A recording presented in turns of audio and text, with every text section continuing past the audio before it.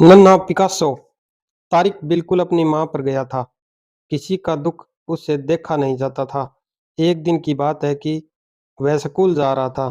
तभी उसने देखा कि एक औरत सड़क के किनारे खाना डाल रही है।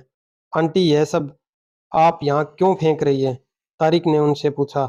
खाना खराब हो गया था। कूड़े नापदान में दाना फेंकना या नाली में बहाने से पाप लगता है।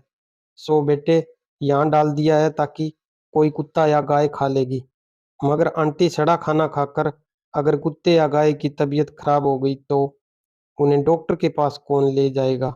तारिक ने परेशान होकर पूछा। उसकी बात सुनकर वह औरत हंस पड़ी और खाली कटोरा ले अपने घर की तरफ मुड़ी। तारिक अपने स्कूल का बैग उठाए बस स्टॉप पर जाकर खड़ा हो गया। आज उसका अंग्रेजी का टेस्ट है, मगर दिमाग उलझा है कि कहीं मोहल्ले का कोई कुत्ता या गाय खराब खाना खाकर बीमार न पड़ जाए। फिर सारी रात बेचारे पेट के दर्द में रोएंगे। तारिक स्कूल में जैसे ही घुसा, उसको अपना प्यारा दोस्त आमिर नजर आया। उसे देखकर वह सब कुछ भूल गया।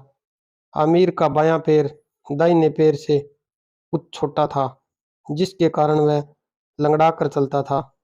कक्षा में सब उसका मजाक उड़ाते थे। तारिक की इस बात पर कई लड़कों से मारपीट तक की नौबत आ गई थी, मगर लड़के हमेशा उसे देख गुनगुनाने लगते। लंगड़ दीन बजाए बीन, घड़ी में बजा है 3:30। तारिक उन्हें जितना मना करता उतना ही वह मजा लेते। बेचारा अमीर सर झुकाकर बैठ जाता। उसका उदास चेहरा तारिक से देखा नहीं जाता और लड़ाई शुरू हो जाती। अमीर से ईर्ष्या करने की एक बुनियादी वजह थी। अमीर शरीर से ऐबदार जरूर था, मगर ऊपर वाले ने उसको गजब का दिमाग दिया था। वह कक्षा में प्रथम श्रेणी से उत्तीर्ण होता और ऊपर से ड्राइंग बनाने में उसका कोई जोड़ न था।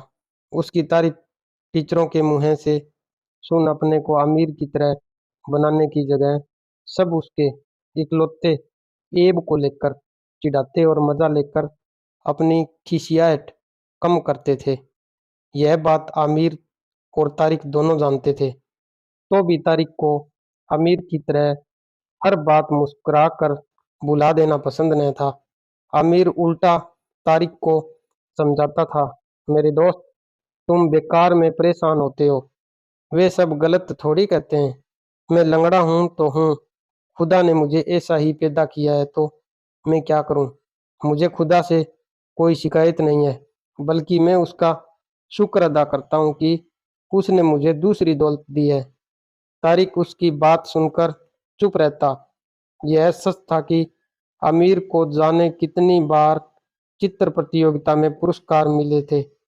उसकी इस खूबी को तारिक के अलावा सभी लड़के मन ही मन स्वीकार करते थे, मगर उसे मनाने के लिए तैयार नहीं थे कि एक लंगड़ा लड़का गुणी हो सकता है। उन सबके मन में आमिर के लिए तिरस्कार का भाव रहता।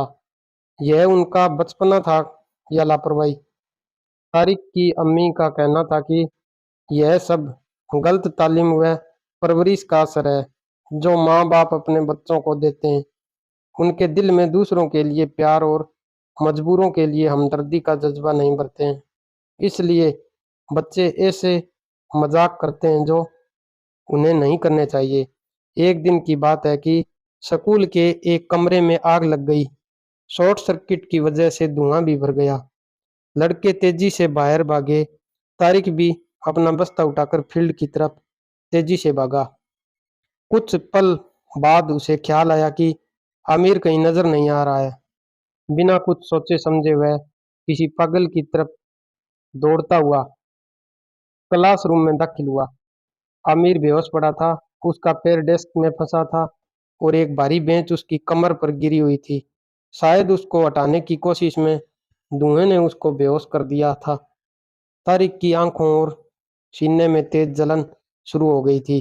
खांसता हुआ वह आगे बढ़ा और बेंच हटाकर उसने आमिर का पैर डेस्क के डंडे से बाहर निकाला और उसे बाहर घसीटा। बाहर काफी शोर हो रहा था।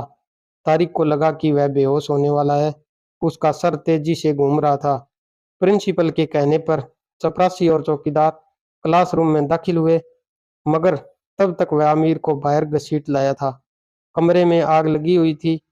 तारिक का बायां हाथ झुलस गया था। आग बुझाने वाली गाड़ी भी गेट पर पहुंच चुकी थी।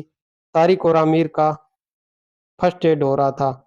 अपने अपने घरों में बच्चों के रोते परेशान माँ बाप स्कूल पहुंच चुके थे। हालात काबू में आ चुके थे, मगर अचानक हुए इस हादसे ने सबके आवाज गुम कर दिए थे। तारिक के झुलसे हाथ देखकर किसी बच्चे की माँ ने हमदर्दी से तारिक की अम्मी से कहा, अच्छा प्यारा सा बच्चा, अब बैठे बिठाए एबदार हो जाएगा अगर हाथ पर जलने का दाग पड़ गया। तारिक की अम्मी ने डबडबाई आंखों से बेटे को देखा।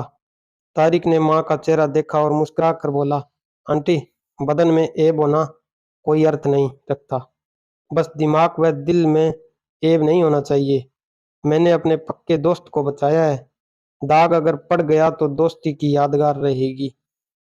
बेटे की बात सुन तारिक की अम्मी ने उसे सीने से लगाया। पास खड़ी टीचरों ने तारिक की पीठ ठोक उसे शाबाशी दी। आमिर के माँ बाप तो तारिक के हाथों बिक चुके थे। उनके पास धन्यवाद देने के लिए शब्द नहीं थे। प्रिंसिपल ने दूसरे दिन असेंबली में तारिक को brave boy of the year का खिताब दिया, मगर जिस चीज ने तारिक को सबसे ज्यादा खुशी दी वह थी पूरे क्लास का बदला बर्ताव। अब कोई भी आमिर को लंगड़दीन कह कर नहीं छेड़ता था, बल्कि सब उसे नन्ना पिकासो के नाम से पुकारने लगे थे। फ्रांस के इस महान कलाकार का नाम सुन अब भी आमिर मुस्कुराता है तो उसके चेहरे पर हजार चांद चमक उठते हैं और तारिक की आंखों में लाखों जुगनुओं की चमक आ जाती है। मैं आशा करता हूँ मेरी वीडियो आपको पसंद आई होगी। प्लीज मेरे चैनल को सब्सक्राइब करना ना भूलें। धन्यवाद।